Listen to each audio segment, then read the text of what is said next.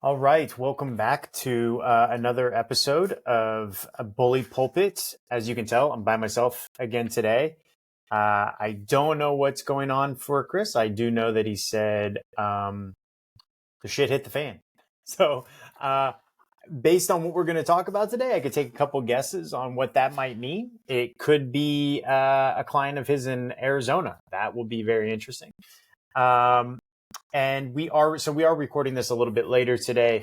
Normally it's in the afternoon. As we record right now, there is a state dinner happening with the Prime Minister of Japan at the White House. So they're eating, I guess, some sort of smoked salmon I saw, and some sort of pistachio cake with matcha. Sounds delicious.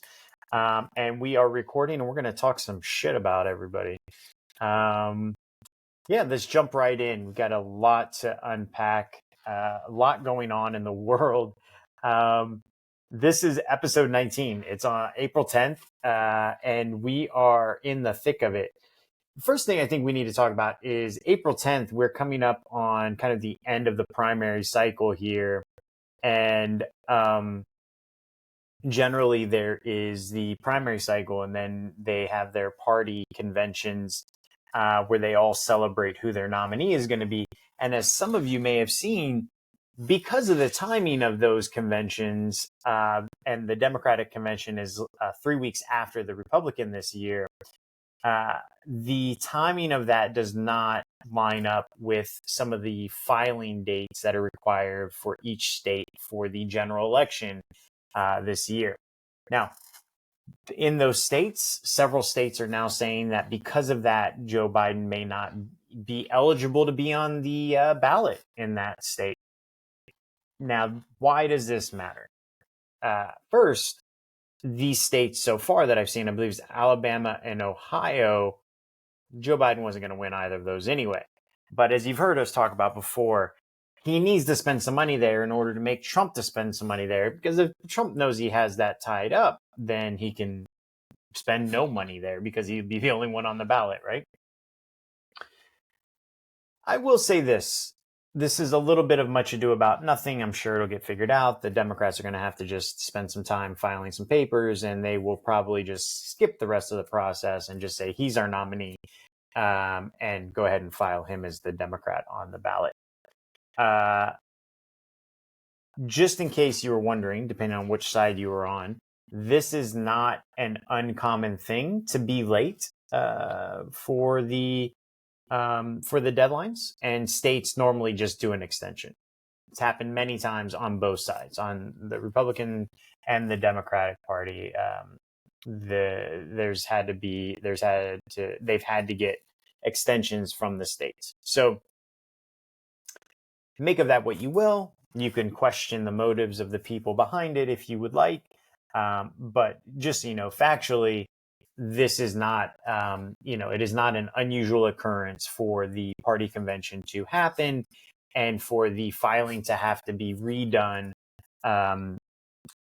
or be postponed, the deadline extended by the state for both parties. Make of it what you will.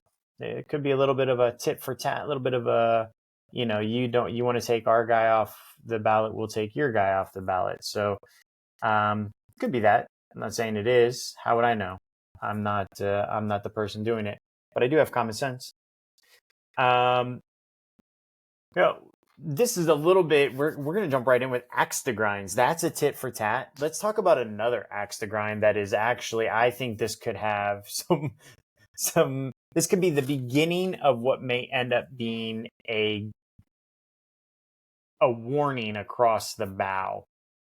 So I don't know if anybody saw this, but Mike McCarthy, the former Speaker of the House, was speaking in Washington, and he said, now this is a quote, about why he was no longer the Speaker and what happened. He said, "I'll give you the truth why I'm not Speaker, because one person, a member of Congress, wanted me to stop an ethics complaint because he slept with a 17-year-old, McCarthy said.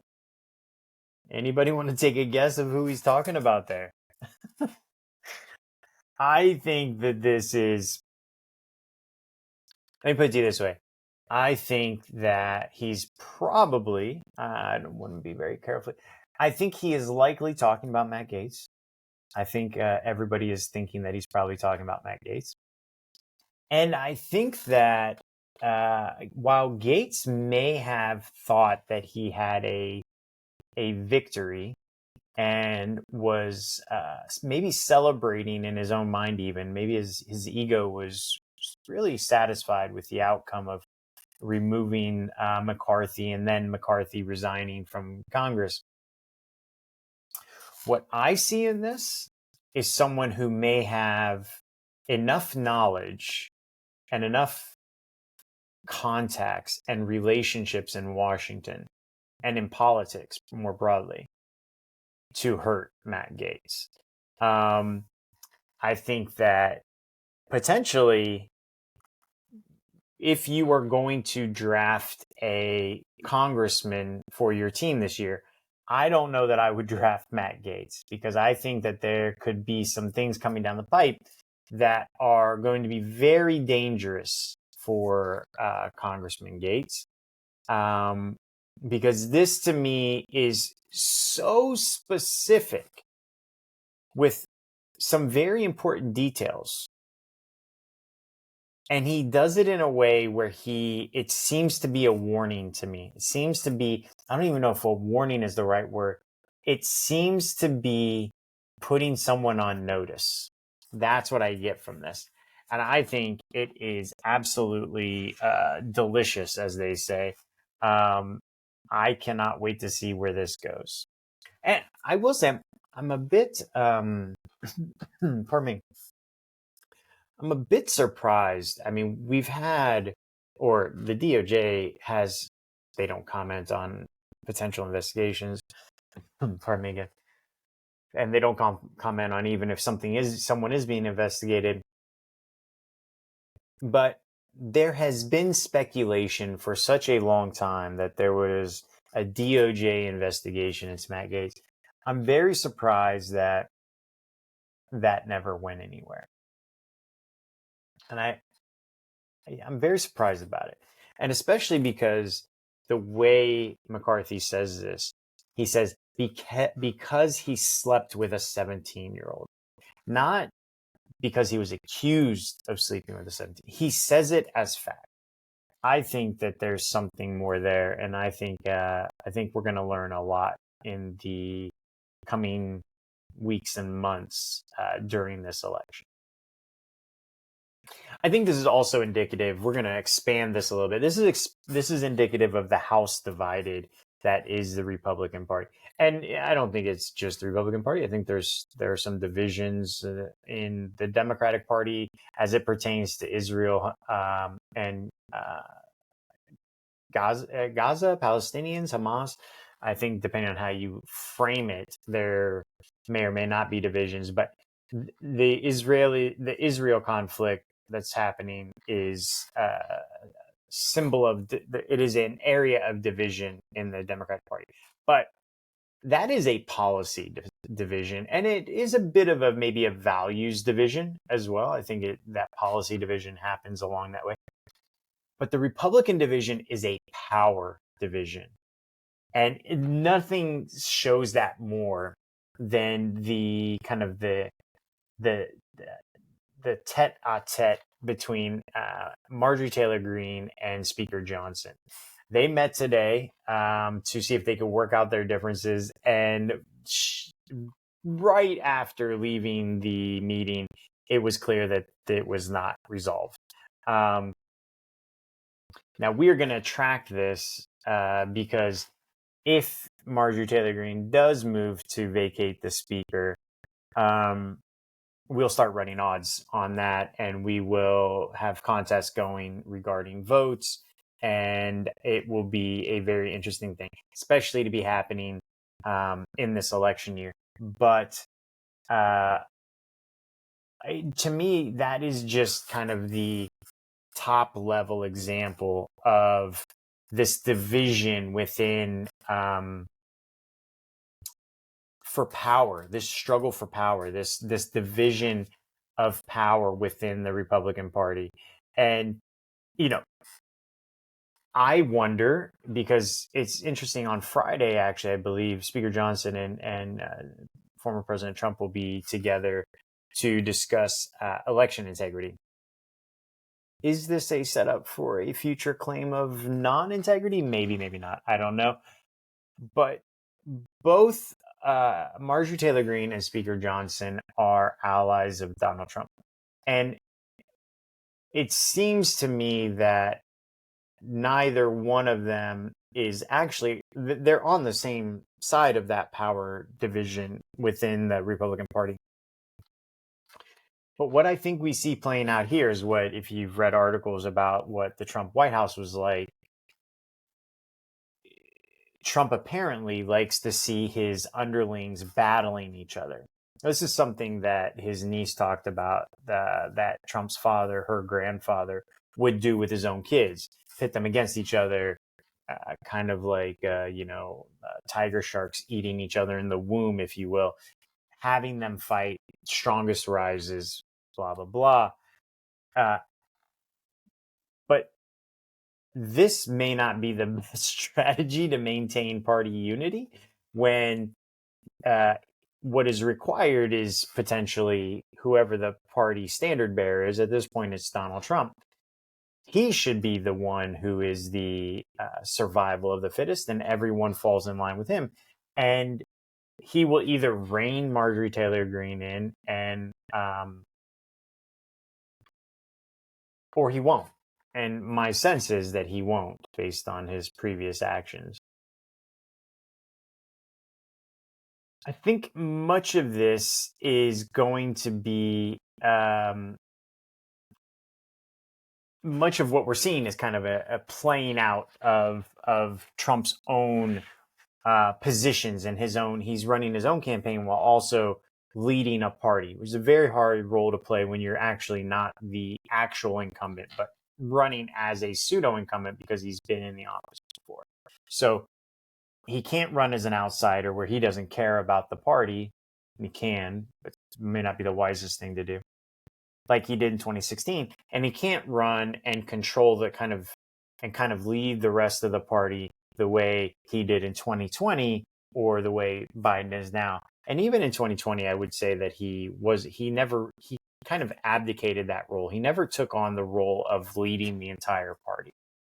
He's much happier being the outside candidate, but now he's kind of the outside candidate. I think he relishes a little bit of the incumbency aspect of it. This is also true in what we now see, which is maybe the biggest story this week so far, which is the Arizona abortion ruling. I call this our tombstone effect. I'm not the only one to say that, probably. So an 1864 law that was passed, although it was affirmed, I believe, in 1913, when after Arizona became a state. It was first passed as a territorial law when Arizona was not a state, basically banning all abortions in the state of Arizona. The wording is that, except for in the case of the life of, interestingly enough, it says the life of pregnant persons, which I feel like nobody else is commenting on, that they're using this woke pregnant persons language in 1864. Like, in some ways, them reinstating this law is a win for woke language. Pregnant persons, not just women. It's any pregnant person. So I feel like it may not be a complete loss for the kind of progressive left. Granted, it's a loss of bodily autonomy in some way, but you know, at least they got the conservative justices to finally acquiesce to the woke language of pregnant persons, which I thought was awesome. And what is almost as awesome, by the way, is that this was a ruling based on the Supreme Court was not asked to rule on something from 1864. They were asked to rule on something that former Governor Ducey had passed. It was I think a 15-week abortion ban. And they just went a step further and said, we don't have to rule on this because there's this other law that's still on the books, and that law is going to be law again. We're going to remove the stay on that law. Now, this raises a really important point, like a kind of like nerdy point, but I think a really important point. There have been so many laws passed that it was like when I was in high school, there was a book. It was like Stupid Laws or something like that. And I remember on a sporting trip, like we were on a bus and we had nothing to do, and somebody had this book. One of my teammates had this book, and we were going through it, and it was like, in Ohio, you can't eat ice cream and drive a car, and in like Kentucky, you can't ride a horse barefoot or something like these kind of laws that are still on the books, never repealed, just no longer enforced. And I'm very curious, what would happen if we suddenly were forced to live in the world where we had to abide by all the laws that were ever passed? So many, like, at the time, maybe it made sense. Maybe there is a reason why you can't eat ice cream and drive a car. And maybe it isn't a good idea to ride a horse barefoot. I certainly think that could be left up to the writer, but I don't know. But does it relate to life today? Now, if they make riding a horse barefoot illegal now, I really don't think it's going to affect my life at all. Probably nobody, or at least very few people listening to this. But what about the important laws that we just don't enforce? Here's the thing. Every time they make a new law, it's not like when's the last time the Congress got together and said, hey, we're just going to repeal all the stupid shit that no longer makes sense? Fortunately, some laws have a sunset date, and if they aren't reauthorized, then they end. That's what we're seeing right now with the reauthorization of FISA, right? The warrantless surveillance programs and all these things in the FISA law and the site that has kind of perpetually been reauthorized.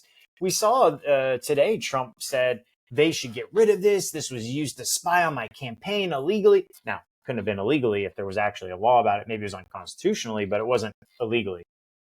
I don't know if that really makes sense to everybody or even me, but you could argue that there are many laws where things are legal until you fight them and take them to the Supreme Court. The Supreme Court's like, well, yeah, it was a law, but it was unconstitutional. So now the law needs to go away.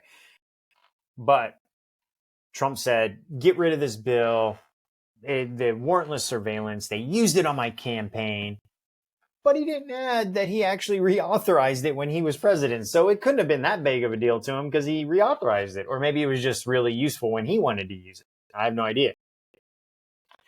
But all of these laws, apparently Arizona had a law in 1864 that all abortions were illegal, and we had to now end it. We have to now bring it back. What sense does that make? So the point of it being, I would love to see all the laws that have been, kind of, in this case, the law was stayed, but how many of them are just not enforced? Brilliantly, so Ducey, former Governor Ducey said, this is not what I intended. I would prefer for the people of Arizona to decide, blah, blah, blah. Distance. Carrie Lake, previously I saw a quote. She said there should be no abortions in Arizona. Complete repeal. Banned. None. Then the dog catches the car, and suddenly Carrie Lake came out and said, this is too far. It's gone overboard. There needs to be a common sense middle ground. Maybe it's 6 weeks. Maybe it's 12. Aren't we just splitting hairs when you're okay with killing a baby if you think it's killing a baby? either you think it's killing a baby and you can't kill a baby, or it's just a matter of negotiating when it's okay to kill a baby, or you don't think it's killing a baby, in which case there's no logical imbalance in what your argument is, right? So that's where the law in Arizona stands. That's where it is, and it's a law that we're now back in time. I feel like I'm McFly in Back to the Future 3 in the Old West again. I'm ready for Miss Frisbee's pies. If anybody gets that, you're awesome. Yeah, so that's Arizona. I think we should all maybe try to avoid this trip down memory lane to 1864 as much as possible. Speaking of old people from 1864, I saw this amazing answer to a question. He was this guy Eric Hovde. I don't even know how you say it. Hovde, a Republican candidate for Senate in Wisconsin, backed by Trump, recently made some comments that seem to question the wisdom of allowing nursing home residents to participate in elections. I don't know what to say to that. I mean, maybe it actually would be a good idea to have both a limited participation, civic participation until you're 18. And then maybe on the upper bound, we need to limit that as well. I don't know. I'm willing to talk through that logic with someone who has that position. What I don't understand about this, however, is that this is a Republican, Trump-supported guy. I feel like aren't nursing home residents like your base? Why would you want to limit their access to participation? It would make more sense if you said we should limit college educated or minorities or something like that. I would kind of understand your rationale if that was your argument. But you're trying to remove your own base. Now I'm trying to figure out like where is this coming from? What's going on here? By the way, I'm not saying there's a good idea to not allow minorities to vote or college educated people. I'm just saying that there would be a logic continuum that would make sense in that. Anyway, I wanted to call that out. Also, I think let's take a hard pivot from politics into political business. Has anyone seen? What is happening right now in politics? There's a lot of this insider trading among Congress people, and they do very well. They outperform the S&P 500. It was recently released. There was an article that said that BlackRock and JP Morgan were given inflation data by the Bureau of Statistics before everyone else. Isn't this insider trading? I guess the insider trading of Congress people was never explicitly made illegal, right? Or it's not even insider trading maybe for them. I mean, it is, right? Call it whatever name you want, but they have information that other people don't have.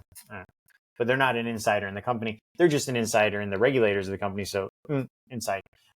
But the Nancy Pelosi always worked her magic and made sure that no bills got passed in order to prevent that. So that I guess she's racking it up. I think she's up like 300 something % on most of her stocks this year. So I don't know why she would have not wanted to pass that law, other than she didn't pass the law.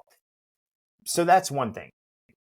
Congress people, there's no law. They haven't specifically prevented it.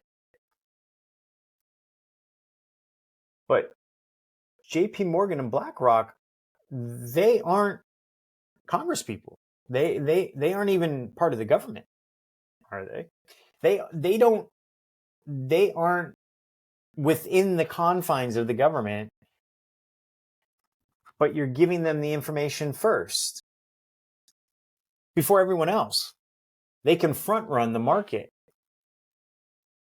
Seems to me that's insider trading. Seems to me it's defrauding other investors in the market, but what do I know? So there was apparently there was a name for these. I think it was like an email chain, or it was like a thread, like a WhatsApp group for BlackRock and JP Morgan. Probably others. Let's not bullshit ourselves. I'm sure there were a couple others out there. It was called super users. Fucking amazing. Super users, which basically means the rest of us are getting super used, by the way. So they were sending the statistics, the data that hadn't hit the market yet. And these bankers, these investors, these titans of Wall Street, because they're so smart, or because they're smart enough to make the relationships that get you the insider information, they are super users, and now they're able to go take action on their information advantage. You know what this reminds me of, by the way? Anybody ever see the movie Trading Places? Randolph. Another fucking amazing movie reference, by the way. So if you get that, kudos to you as well again.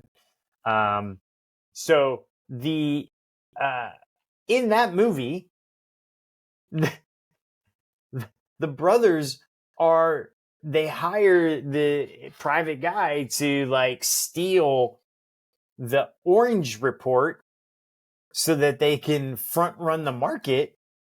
And our heroes, Dan Aykroyd and Eddie Murphy, change the information.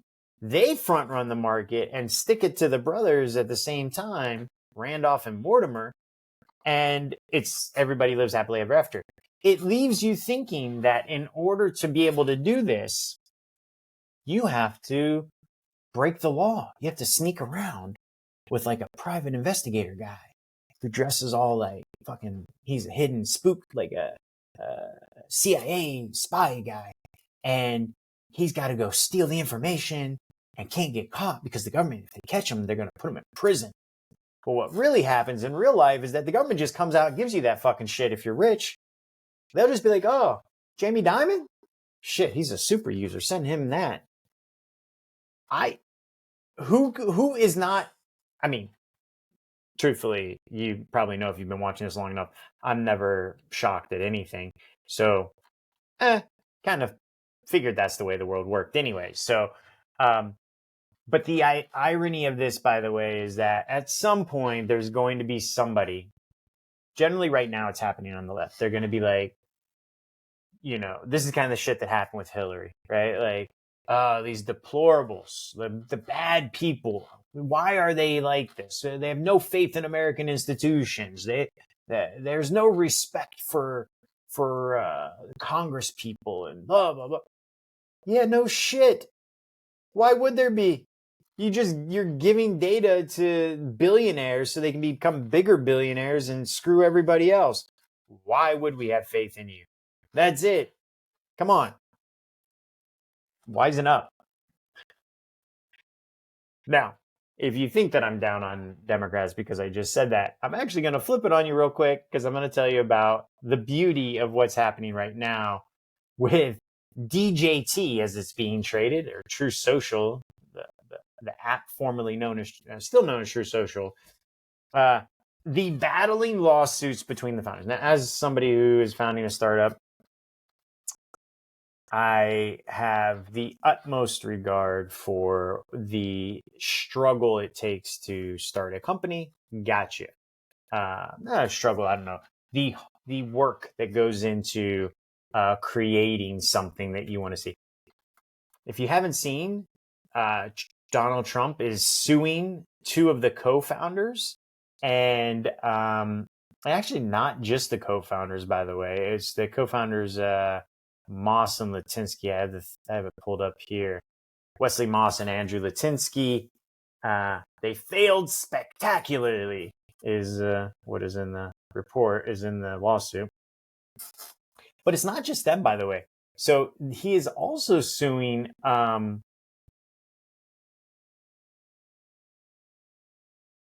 he's suing Moss and Litinsky, as well as Patrick Orlando, the former CEO of Digital World Acquisition Corp, whose merger with Trump Social was approved on March 22nd. So interesting, right? And it names as the defendants United Atlantic Ventures, an entity run by Moss and Litinsky, right? So what they are basically doing is and there's already been a lawsuit filed, by the way, by Moss and Litinsky in Delaware, which I assume is where the True Social may not be actually True Social, might be actually their company that was started there. But generally, that's what happens, is that you would sue in the jurisdiction that you were formed in, or if there's a reason to do it somewhere else, maybe it would be in a different jurisdiction. Also, they probably assume that Delaware is a better jurisdiction to do it than Florida, I would assume. So they're already suing. And this is what they're all suing for, by the way. They're suing for I imagine they're hoping to get is the ability to sell their shares early. Because I don't know if you know this, when you go public as insiders, when you go public, your shares are locked up for a period of time. And it's basically meant so that you can't just like go public and dump a bunch of garbage and run away with the money. Although, by the way, that's what a lot of companies are doing. So the share price of DJT went from, I think, it was like $79, and I think today it was like 31. So it's lost about 55% of its value, something like that. So they want to cash out because this train is just right. So now there are these competing lawsuits to try to get the hell out of this fucking burning dumpster fire. I mean, I think they reported a loss of 85 million. I think it was 58 million. I had those reversed. Now listen, 58 million net loss in 2023. And as of today-ish, Trump's share of the company that's public is about $4 billion. I'd say with the current losses that we saw throughout the day, he's probably closer to like 3.7 billion by now. And you might ask yourself, how the hell could it be worth, let's just say 3 billion, if it actually doesn't even make a profit? I'm glad you asked. Because this is actually how, again, the insider trading works. You see, when you create a company, you're creating it for some outcome. You want to get money out of the company, right? If you take on investment, you're going to have to exit. I guess what they're thinking is that, and the exit is when they sell their shares on the open market when it goes public, or they don't exit. You can take loans against your shares, stuff like that. So that's what they're fighting for, is the ability to sell the shares and be able to offload those shares to you, me, us, them, all the retail investors that are going to go onto our Robinhood app and buy 100 shares at $31. You do the math, it's $3,100. And where does that money go? Goes into their pocket, right? Especially if they're selling their shares onto the market. There's a buyer on the other side of each one of those trades. Yeah. Now, if there isn't a buyer, that's why the price keeps going down like it's been going down, because people don't want to buy that shit. Apparently. Listen, everything it's all the game. It's all the game. If there's one thing I think we are trying to say, at least if there's one thing that motivates me, is that take a step back. You're not on anybody's team. They're on your team if you draft them. If you don't, they're not, right? So what are they going to do for you? That's our philosophy. Our philosophy is, hey, build a team of politicians, score some points when they score some points, get those bragging rights, win some cash, you win. And you can only do that, or you probably have a better chance of doing that, if you take a step back and you see the game being played. You see the Nancy Pelosi doing her little inside hustle. You see the Bureau of Labor sending out the data on the inflation numbers to J.P. Morgan and BlackRock.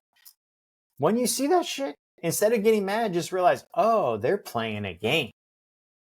At least that's how I see it. Speaking of the game, we have Wyoming coming up this weekend, the Democratic primary. Right now, we have Joe Biden over under. The break is 89.95% of the vote. I think we should take the over on that one, personally.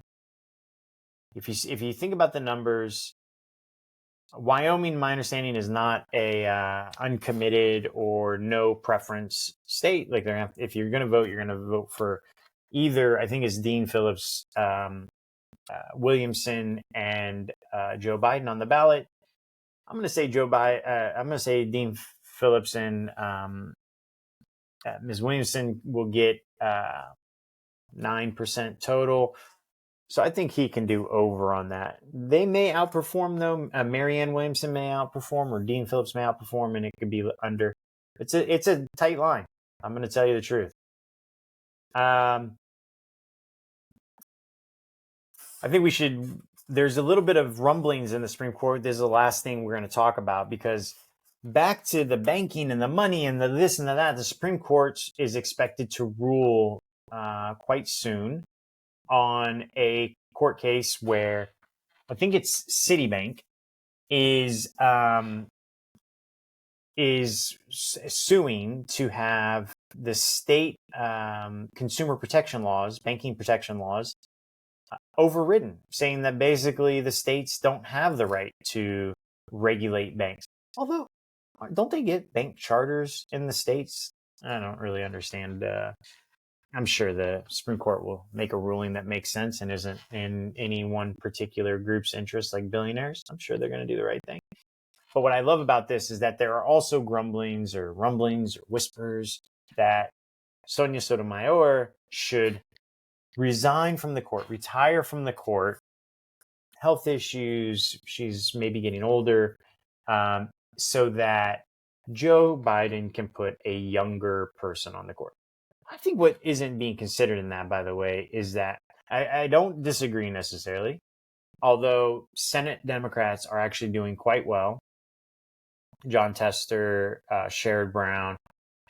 You've heard Chris talk about the strength of the Democratic Senate candidates, the incumbents that are being challenged. Bob Casey in Pennsylvania, but you're going to lose Manchin. So that is razor thin. So it could be a 50-50 with a tie break still. Like, it's just too much. It's too much risk. You want to pass it while you have it, is the point. But the question is, will the Manchins, will the Kirsten Sinemas, will they play ball and put somebody on the court that's actually really going to make a difference? Now, maybe compared to, who who Donald Trump would put on the court, maybe you could argue that even a moderate is better than somebody that Donald Trump would put on the court, because it would probably be Justice Cannon, because she's been towing the line quite well for him. I don't know. I do think that justices spend too much time on the court. I do think that, especially it seems lately, like Biden and Obama, I feel like they have picked some kind of older people compared to some of the others. That may not be true, but it just seems that way. Amy Coney Barrett, I she seems quite young. I guess Miss Jackson is also quite young, but it seemed like Sonia Sotomayor was a little bit older when she was put on the bench. 50s, late 50s, maybe. And she's been there for, almost a decade, I guess. So she's in her 60s. You might get another 10 years ish before she retires anyway. So maybe you go for somebody younger. You put somebody who's in their 40s. You put someone young upstart that's kind of made a name for themselves. They're experienced, but they're young.